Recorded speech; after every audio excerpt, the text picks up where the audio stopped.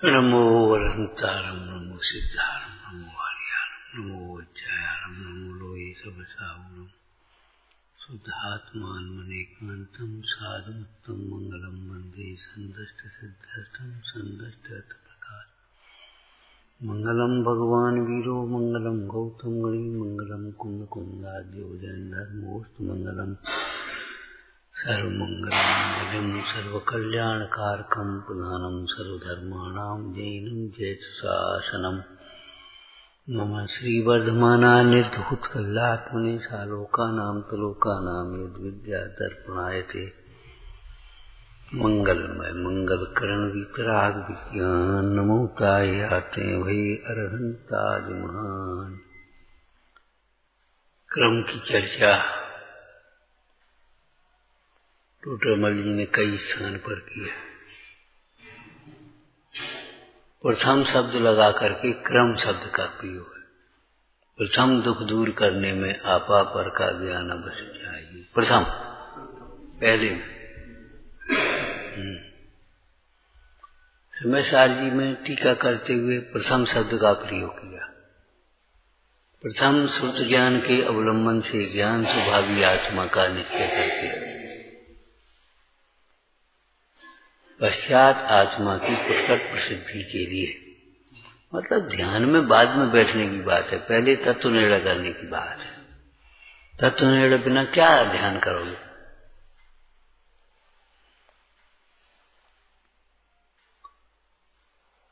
पंडित बनारसीदास जी ने भी प्रथम शब्द का प्रयोग किया। प्रथमे सुदृष्टि सो शरीर रूप की ये भिन्न तामे और सूक्ष्म शरीर भिन्न मानी। उन्होंने तो इस तत्व ज्ञान में भी क्रम कर दिया। प्रथमे सुदृष्टि सो शरीर रूप की ये भिन्न, ये शरीर को पहले मोह छोड़ो।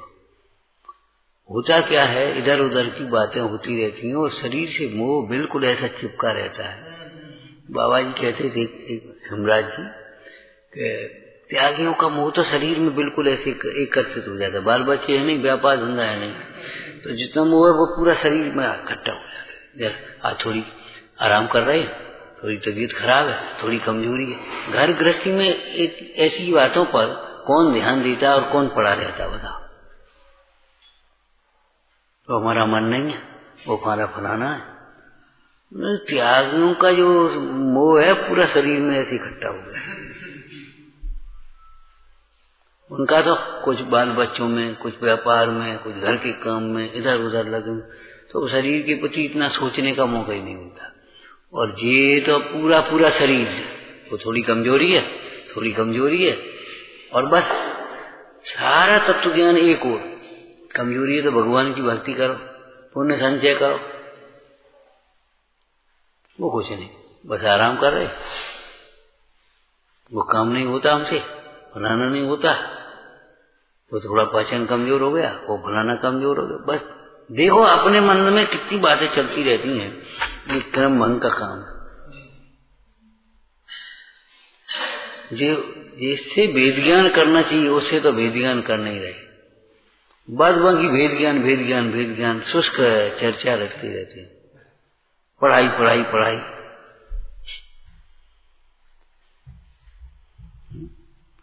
विचार करो।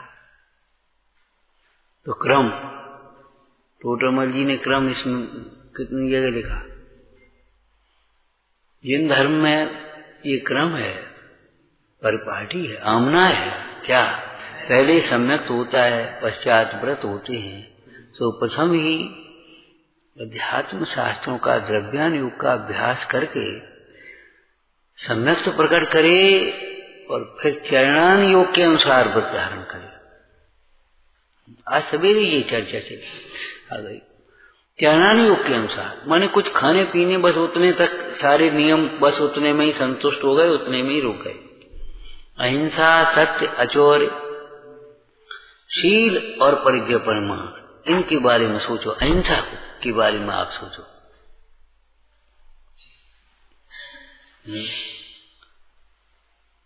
स्वाध्याय चल रहा था पहले से, निर्दंड निर्द्वंद। उन्होंने देखो आत्मा निर्दंड है, आत्मा को नहीं समझना ये दंडनीय अपराध है। आत्मा की आराधना नहीं करना ये दंडनीय अपराध है। आपको पुण्य के उदय से सारी सुविधाएं मिल गई, सारी व्यवस्थाएं मिल गई, अब आप अपनी आराधना नहीं करते और खुराफाती फालतू दिमाग चलता रहता है इधर का उधर, ये दंडनीय अपराध है, बहुत बड़ा दंड होगा।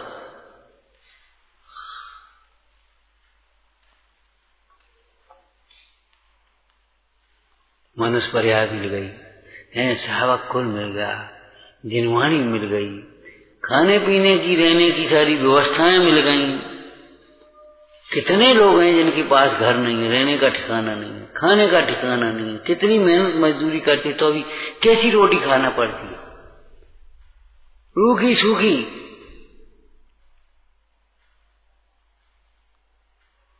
घी कहाँ, दूध कहाँ, ये कहाँ, वो कहाँ, कुछ कहाँ फल, कहाँ मेवा, कहाँ कुछ तो नहीं। कितने लोग हैं ऐसे। ये सारी बातें मिलने के बाद भी यदि आराधना नहीं करते हैं, केवल 2-4 क्रियाओं में संतुष्ट हो जाते हैं, या 2-4 कुछ पढ़ा करके संतुष्ट हो जाते हैं, पढ़ा करके संतुष्ट हो जाते हैं, पढ़ करके संतुष्ट हो जाते, ये दोनों सब बातें नहीं है भूल में। पढ़ता है तो पढ़ लेता है, सुनता है तो सुन लेता है, सुनाता है तो सुना लेता है, कुछ निर्धार नहीं, और बस हम बहुत कर रहे हैं, हम बहुत कर रहे हैं, हम बहुत कर रहे हैं। तो ऐसा उत्तम अवसर पाकर के भी जो आत्मा की आराधना नहीं करते तो दंडनीय अपराध है। अब वो दंड 2 प्रकार के, एक बहिरंग, एक अंतरंग। पुण्य का उदय हो तो बहिरंग के दंड नहीं मिलते। जब तक पुण्य का उदय है, पाप का उदय नहीं है, तब भले वो पापानुबंधी क्यों न हो, तब बाहर का दंड नहीं मिलता, कोई कुछ नहीं कहता, शरीर में भी रोग नहीं होता, मान प्रतिष्ठा भी मिली रहती है, अनुकूलताएं भी मिली रहती हैं, जो अपन कुछ कहो तो 2 बातें सहन भी कर लेता है सामने वाला। इसका मतलब ये नहीं है, नहीं, लेकिन चित्त में निरंतर अशांतता का रहना, कलुषता हो रहना, ये बड़ा दंड है। मन दंड, मानसिक दंड, वाचनिक दंड, वचन का उल्टी सीधी बोलता है, चाहे कोई चाहे कुछ कह देता है तो ये वचन का दंड है। और फिर काया का दंड है, मारना, पीटना, उठाना, धरना, फिरना, रोग आदि, ये काया के दंड है। ये तो है स्थूल, मालूम है, ये तो आत्मा की विराधना प्लस आत्मा की आराधना करके जो परमेश्वर हुए हैं, अथवा आत्मा की आराधना में जो लगे हैं, ऐसे आराधक गुरु, जिनवाणी, इनकी विराधना। धर्म, धर्मात्मा, धर्मायतनों की विराधना, उपेक्षा बुद्धि, अनादर बुद्धि, इसका दंड है, ये बड़ा दंड, ये गृहीत मिथ्यात्व की कोटि में जैसा दंड है। और आत्मा की विराधना वो तुम्हारा सूक्ष्म है। आत्मा की आराधना सुबह सुबह दोनों भाव आ जाते हैं उसमें, विराधना में, आत्मा की विराधना। और बाहर में जो चरणन योग पद्धति से है वो देव शास्त्र गुरु की विराधना आदि, ये अशुभ भाव नहीं आते, इसलिए वो बड़ा दंड है लौकिक में। आत्मा निर्दंड है, और आत्मा को समझकर आत्मा की आराधना के द्वारा ही समस्त दंडों से बचा जा सकता है। इसी शैली में पूरा अर्थ किया था। आत्मा निर्द्वंद है, और आत्मा के आश्रय से, आत्मा की आराधना से ही निर्द्वंद रहा जाता है। निर्द्वंद आत्मा निर्मम है, आत्मा के आश्रय से ही निर्मम हुआ जाता है। आत्मा निशरीर है, निष्कल, आत्मा के आश्रय से ही अशरीरी हुआ जाता है। अब आत्म श्रद्धान हुआ तो खोटा शरीर नहीं मिलता, कुरूप शरीर नहीं मिलता, रोगी शरीर नहीं मिलता, हीन शरीर नहीं मिलता, नहीं तो लटका शरीर, तितैया का शरीर, पशु का शरीर, नारकी का शरीर, कैसे शरीर है, अंगुल अंगुल में 96 रोग। कितनी बदबू भर शरीर से आती है, दुर्गंध शरीर। ऐसे शरीर नहीं होते सम्यक दृष्टि को भी। और वितराग भाव होने पर फिर शरीर ही नहीं मिलता। ऐसे स्टेप हैं उसमें है? जो आत्मा की विराधना नहीं करते उनको खोटा शरीर नहीं मिलता। जब तक शरीर मिलेगा तो उत्तम शरीर मिलेगा, सुंदर रूप, सुंदर वाणी, सुंदर गला, सुंदर चाल, हंस जैसी चाल, ऊंट जैसी चाल नहीं, कोयल जैसा स्वर, गधे जैसा नहीं, ऊंट जैसा नहीं। अब ये भी तो स्वर हैं, ये भी तो कर्म के ही तो फल हैं सब। एक वो भी शरीर है जिसे देख करके आदमी ऐसे मुंह फिरता है। आपको दृष्टांत दिया तो याद है तुम्हें है? वो सेठ पुश्तैनी सेठ नहीं था, खुद से कमा करके सेठ बना था।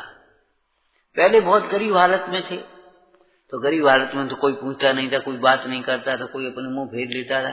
अब वो सेठ बन गया ना, तो सेठ साहब जयराम जी की, सेठ साहब जय जिनेन्द्र, सेठ साहब नमस्कार, सेठ साहब।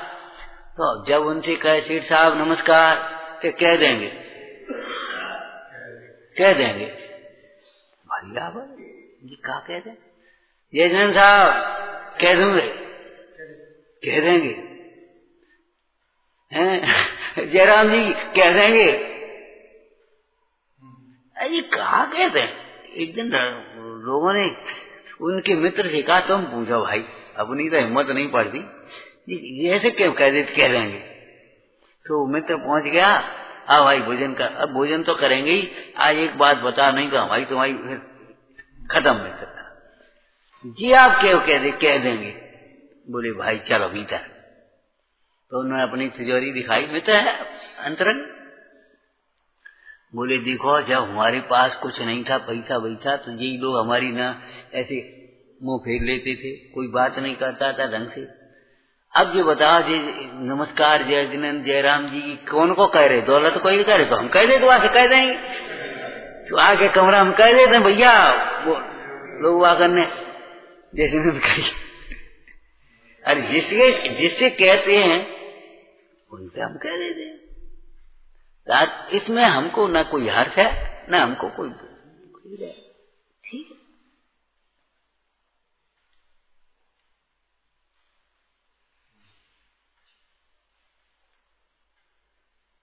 तो विचारने की बात यह है, आत्मा निर्दंड है, आत्मा के आश्रय से निर्दंड हुआ जाता है, निर्मम हुआ जाता है। आत्मा निर्मम है, आत्मा को जाने बिना घर छोड़ दो, निर्मम नहीं होगे। हमने कहा है जाओ घर, अपने घर जाओ। कहाँ जाए, अब तो हमारा यही घर है, घर बना दिया घर के नहीं, अब निर्मम कहाँ हुए।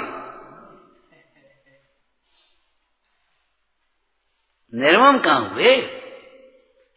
निर्मम तो वह है जिसे अपने घर के अलावा कहीं घर न दिखाई दे, ये हमारा घर छोड़ेंगे। आत्मा निरवलंब है, आत्मा के आश्रय से निरवलंब हुआ जाता है और हुआ जाता है। दृष्टांत बताओ कोई। मिश्री मीठी है और मिश्री के आत्मसात करने से मीठा होता है। मिश्री पानी में घुलेगी तो पानी मीठा होगा, मिश्री मुंह में घुटेगी तो मुंह मीठा होगा, मिश्री पूड़ी में घुलेगी तो पूड़ी मीठी होगी। नहीं, गेहूं की पूड़ी में शक्कर डालोगे तो मीठी होगी, और बेसन में डालोगे तो चाहे कहीं बोले, मिश्री को जो ग्रहण करेगा वही मीठा होगा। तो आत्मा समझ में आ गया, आत्मा निर्दोष है, आत्मा के आश्रय से निर्दोष हुआ जाता है। अब इसमें दो बातें और समझना। एक तो अपने को ही आत्मा नहीं समझना, सबको भी आत्मा समझना। दूसरे जीव को भी जीव समझना, उसकी भी इज्जत है। तुम्हारी इज्जत है, हमारी कोई अभिलाषा है तो दूसरे की भी तो अभिलाषा है। हमें अपेक्षा है तो दूसरे की भी तो अपेक्षा है।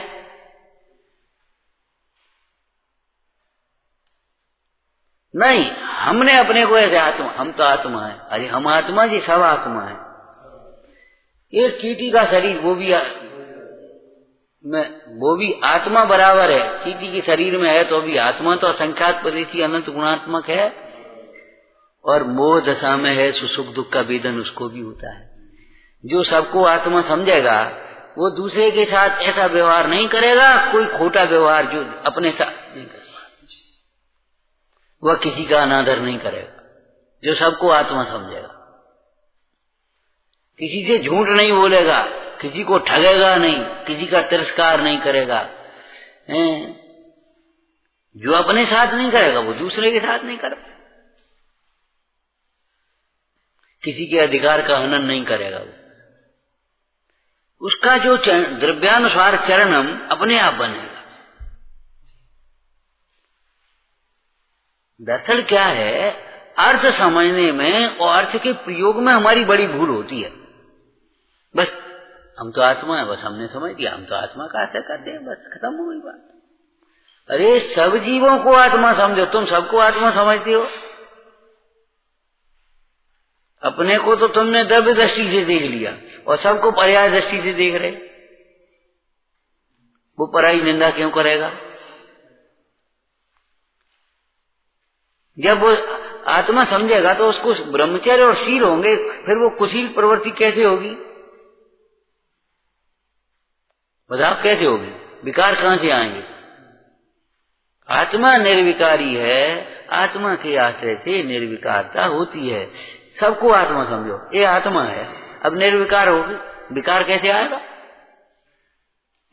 दृष्टांत दिया था ना, जब उनको ये समझ में आ गई हमारी बहन है, वासना रूपी विकार नहीं हुआ। तो ऐसे ही ये आत्मा है तो फिर राग द्वेष और ये कोई विकार नहीं हुआ। मोह राग द्वेष बड़ी गंभीर बातें हैं, शुष्क ज्ञान नहीं है ये। बौद्धिक व्यायाम बैठ गए और अपन चर्चा कर ली, वो सो कहां। आत्मा निर्दंड है, निर्द्वंद है। ये शुद्ध भाव अधिकार शुद्ध होने के लिए है, शुद्ध दशा प्रकट करने के लिए।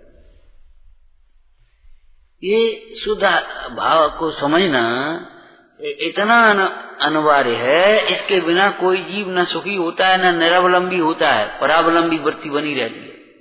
क्यों? सुखी नहीं होगा तो परावलंबन करेगा। आत्मा निर्मूल है, आत्मदृष्टि वाला जीव किसी की बातों में नहीं आएगा। और आत्मा को आत्मा नहीं समझेगा तो चाहे किसी की बातों में आ जाएगा। अहिंसा के प्रसंग में पुरुषार्थ सिद्धि पाए में कितनी गाथाएं लिखी। यार सी बात तो सही है, कितनी चर्चाएं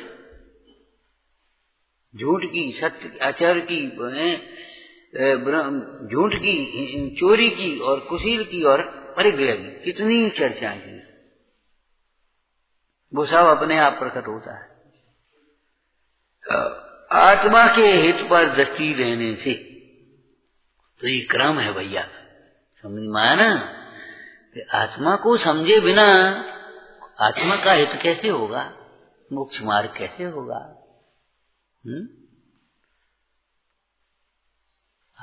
मिश्री के धोखे से अगर और दूसरी चीज खाएगा तो अभी मिठास कैसे आएगा?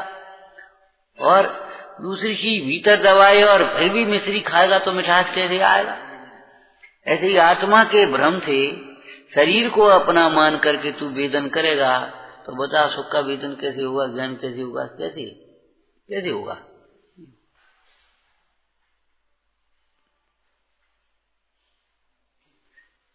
तो यहाँ पर मुनि पद लेने का क्रम लिखा है, मुनि पद लेने का क्रम। क्या क्रम है? प्रथम सच्चा तत्व ज्ञान हो। अब आप अर्थ करो इसका, प्रथम सच्चा तत्व ज्ञान क्या मतलब बोलो? मुनि पद लेने की बात है, इसलिए तत्व ज्ञान बस मैं आत्मा हूं। तो इससे कैसे मुनि पद की बात चलेगी? बोलो आत्मा हो सुख, ठीक है, अनुभव करो, ध्यान करो। इसमें मुनि पद लेने की क्रम क्या है ये बताओ। इसमें तत्व ज्ञान की क्या चर्चा आई प्रासंगिक रूप से बताओ। ये परिग्रह सुख का कारण नहीं है, छोड़ने लायक है, अध्रुव है, अनित्य है, अथरण है, दोहरूप। इसके लक्ष्य से जो मैं पाप करता हूं उसका फल अकेले भोगना होगा, कोई बांटेगा नहीं, कोई नहीं बांट सकता। नहीं तो तुम हमारी बांट लो, हम तुम्हारा तो नहीं बांट रहे, हम तो स्वार्थी हैं, तुम ही हमारा बांट लो। चलो, तुम तो बड़े धर्मात्मा हो, परोपकारी हो, तुम ही हमारी वेदना को बांट लो। बोलो, हम तो स्वार्थी हैं, तो हम नहीं बांट रहे तुम्हारी। लेकिन तुम तो नहीं स्वार्थी हो, तुम तो बड़े परमार्थी हो, परोपकारी हो, तुम बांटो। नहीं बांट सकता, बांट सकता नहीं, करे क्या? इस प्रकार का जो तत्व ज्ञान है, और अकेला ज्ञान ही नहीं, तत्व भावना बारंबार विचार किया जाए, बारंबार विचार किया जाए, तब वैराग्य होगा, तब निर्गंथ पथ आ लगेगा।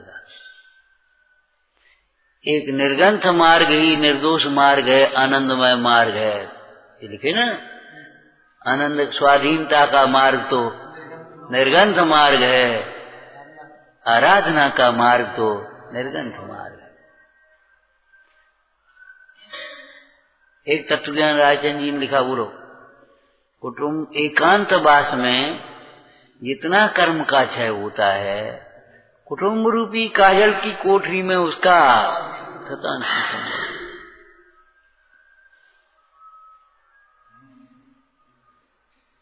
ध्यान रखना, कुटुंब का मतलब यही नहीं है कि हम अपने माता पिता भाई बहन के साथ में, यहां भी अगर कुटुंब की तरह राग द्वेष करने लगे तो काम बिगड़ जाए। जैसे जो चीज चमड़े का त्यागी है तो उसे चमड़े जैसी भी वस्तु में नहीं प्रयोग करना चाहिए, भ्रम हो जाएगा सामने वाले को। और तेरी आसक्ति तो जैसी की तैसी पड़ी है,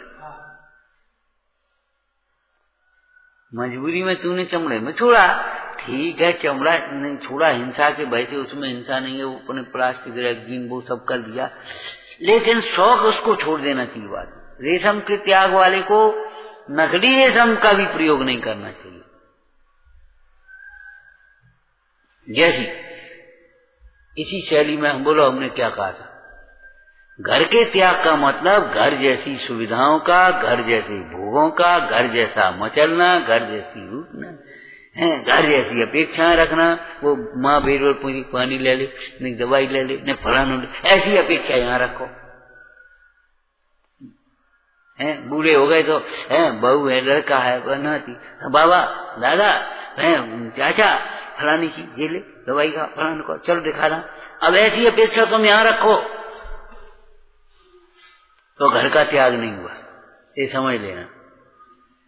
बहुत घुटन करते हैं ऐसी अपेक्षाएं रख रख करके। बताओ, हम 3 दिन से डरे, हमें को पूछे तो, हमें को पूछे तो, और हम किसको पूछते हैं? जाने का मतलब है, हमें कौन पूछते, हमें कौन पूछने आया? तुम्हें पूछने नहीं आएगा, नहीं आएगा। हमेशा ध्यान रखो, हमने अकेले का मार्ग अपनाया है, कोई आए भी तो क्या बांट तो लेगा नहीं, उसकी निर्जरा करने का उपाय करो, शांति से सहन करना सीखो, और पुण्य उदय प्रमाण बाहर में सेवा संयोग का योग बनेगा। उससे ज्यादा बनना भी नहीं, उससे ज्यादा बनना भी नहीं। तुम खूब चिल्लाओ, संकलित करो, रो पीटो, तो कछु नहीं होने, घर में नहीं कछु होने। अब घर में तो ठीक है, मजबूरी है, हाँ घर में ठीक है, और यहाँ ये विपरीत सोच मतलब निकाल देना चाहिए।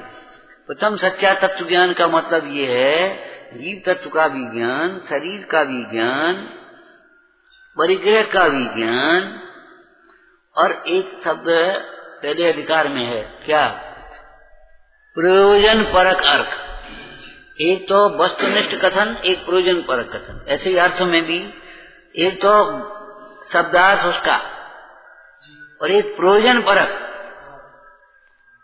जैसे शरीर पुद्गल है, ये वस्तुनिष्ठ है, और शरीर अशुचि है, अध्रुव है, ये प्रयोजन परक है, ये प्रयोजन परक कथन है। क्यों? इस प्रकार के चिंतन से तुम्हारा मोह और राग टूटता है, घटता है, लेकिन ये प्रयोजन पर शरीर अशुचि है, पुद्गल है, इतने कैसे काम नहीं चलता तो फिर शरीर को अशुचि विचारना पड़ता। तो तत्व ज्ञान का मतलब ये है, जीव तत्व का भी अजीव तत्व को अजीव तत्व का ज्ञान होना चाहिए। और ज्ञान माने जिस ज्ञान से वैराग्य न हो उस ज्ञान को शुष्क ज्ञान कहते, ध्यान रखना। जिस वैराग्य में ज्ञान न हो रुंधी कथा है, ज्ञान बिना का वैराग्य और वैराग्य बिना का ज्ञान शुष्क ज्ञान है। तो अगर हमारी चित्त वहां से हटता नहीं है तो समझ लेना चाहिए क्या, शुष्क ज्ञान है, शुष्क ज्ञान। तो तत्व ज्ञान सरस होता है, शुष्क नहीं होता, ध्यान रखना। माने उस तत्व ज्ञान में आनंद होता है। अकेले पढ़े ये आनंद की बात है।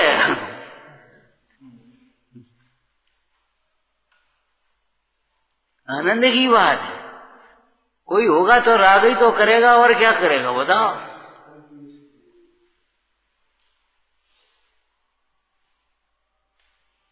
जब हमने अकेले का मार्ग अपनाया तो अकेले से डरते क्यों?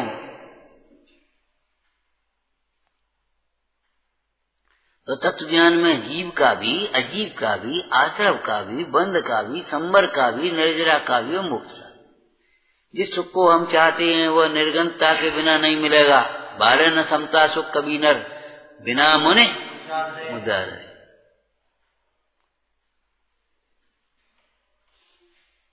तो प्रथम सच्चा तत्व ज्ञान हो। सच्चा तत्व ज्ञान का झूठा तत्व ज्ञान भी होता है, हाँ होता नहीं, नकली हर चीज होती है। तो हाँ, उसमें क्या बात है। एक तो काल्पनिक तत्वों की जो चर्चाएं नाना प्रकार के दर्शनों में लोक में कही आती हैं, उनका ज्ञान तत्व ज्ञान नहीं है। दूसरी बात, पढ़कर के सुनकर के जो तत्व ज्ञान होता है केवल बिना विचार के, बिना निर्णय के, वो सच्चा तत्व ज्ञान नहीं है। सच्चा तत्व ज्ञान तो हमें भीतर की ओर ले जाए। प्रथम सच्चा तत्व ज्ञान हो, फिर उदासीन परिणाम हो। देखो तत्व ज्ञान का फल, हाँ, उदासीन परिणाम हो। उसके बाद भी परिचय आदि सहन करने की शक्ति सामर्थ हो, तब वह स्वयं मुनि होना चाहता है। तब उसे योग्य जान करके आचार्य महाराज मुनि पद की दीक्षा ग्रहण कराते हैं। ये है क्रम। मतलब ये है, हमें तो अपना कल्याण करना है, तो पहले कमर कस के तत्व ज्ञान का अभ्यास करो खूब। है जंगल में अकेले सहन करने के अभ्यास से ठंड गर्मी सहन तो नेक देर में हो जाएगी। भाई तुम अगर घर में सहन कर रहे हो तो ठीक है, नहीं कर पाओगे तो अभी सी विचार करो, सुकुमार निकर पड़ी थी और कैसे सहन भई थी, फिर वो वेदना कैसे भई थी। हाँ, तत्व ज्ञान, उदासीन परिणाम और परिचय आदि सहन करने की शक्ति। तो सहन करने की शक्ति का अब इसका क्रम तो हो गया सिद्धांतिक रूप से हो। अब अपन चरणानुयोग शैली से करते हैं। प्रथम सच्चा तत्व ज्ञान करे, फिर वैराग्य भावना आदि में उपयोग लगाता हुआ परिणामों को उदासीनता बढ़ाए। अपनी उदासीनता बढ़ा। उदासीनता का मतलब किसी प्रसंग में द्वेष ना आया है, किसी प्रसंग में राग ना आया है। कोई बहुत अनुकूल हो, सेवा करे, उससे राग ना हो, और फिर कोई न पूछे, कोई वो करे तो उसके प्रति द्वेष ना आए। उदासीन परिणाम। और फिर परिचय आदि सहन करने की शक्ति हो कैसे होगी भाई? सहन करता जाए तो सहन करने की शक्ति होगी, सहन नहीं करोगे तो सहन नहीं होगी, और सहन करने की अभ्यास डालोगे तो सहन होती जाएगी। तो परिचय आदि को सहन करने का बुद्धि पूर्वक अभ्यास करे, बुद्धि पूर्वक अभ्यास करे। उस अभ्यास में जैसे मान लो एक आसन का अभ्यास किया तो दूसरे टाइम भूख लगेगी, भाई 2 टाइम रोज भोजन करते आज एक आसन कर तो भूख लगेगी दूसरे। तो उस टाइम को तत्व विचार के बल से, स्वाध्याय के बल से, तत्व चर्चा के बल से, चिंतन के बल से हो सकता है सिर दर्द करने लगे, नींद नहीं आए। तो तुम नींद आने की प्रतीक्षा मत करना और बेर बेर याद मत करना वो आज एक आसन किया था तो आज कमजोरी हो गई, कल दिया था नहीं तो कमजोरी हो गई, कल दिया था नहीं कमजोरी हो गई। ये तुम्हारा ये परिचय सहन करने की शक्ति खत्म कर देगा। इस प्रकार का दुश्चिंतन, पुण्य से शक्ति बढ़ती है और पाप से शक्ति घटती है। अगर आपका प्रशस्त परिणाम होगा तो शक्ति बढ़ती जाएगी। आपको दृष्टांत दिया था ना, राजा था एक, रानी भी थी, तो गाय नीचे पड़ी, सुजने कौतूहल आया इस बछड़े को चलो अपन ऊपर ले चले। तो बछड़ा ऊपर ले आए राजा, रानी ने भी गोद में लिया, खिलाते रहे, नीचे करे आए, बात आई गई हो गई। लेकिन रानी का क्रम उस बछड़े को रोज ऊपर ले आती थी और रोज इसे खिलाती पिलाती थी लाल प्यार से बछड़े को। तो बछड़ा भी पहचानने लगा और वो भी रोज उठाती है, रोज उठाती है, रोज उठाती है। एक 1.5 साल बाद बछड़ा भी बड़ा हो गया। राजा से बोले कहो अब तुम उठा पाओगी? बोले अरे देखो मैं उठा खिलाता हूँ। अब राजा गए, अब वो तो रोज तो मिलते नहीं, तो उन्हें देख ही वो भगत फिर बछड़ा, अब वो उठाने की कोशिश करे वो उठा ही नहीं। उन्होंने कही जब हम ही नहीं उठा पा रहे तुम क्या उठा पाए? कि देखो भाई मौका तो दो। गई तो जैसे ही रानी नीचे गई बछड़ा लपक के पास में आ गया और रोज उठा दी तो रोज की तरह उठा लाए। तुम तो हमसे ज्यादा बलवान हो गई। कि तुमसे ज्यादा बलवान की बात नहीं है, हमारा ये रोज का अभ्यास है। तो भैया प्रतिकूलताओं में रोज का अभ्यास चलेगा, वेद ज्ञान का, परिचय सहन करने का, तो फिर हमें ऐसा अभ्यास हो जाएगा कि अचानक परिस्थिति बन जाएगी तो भी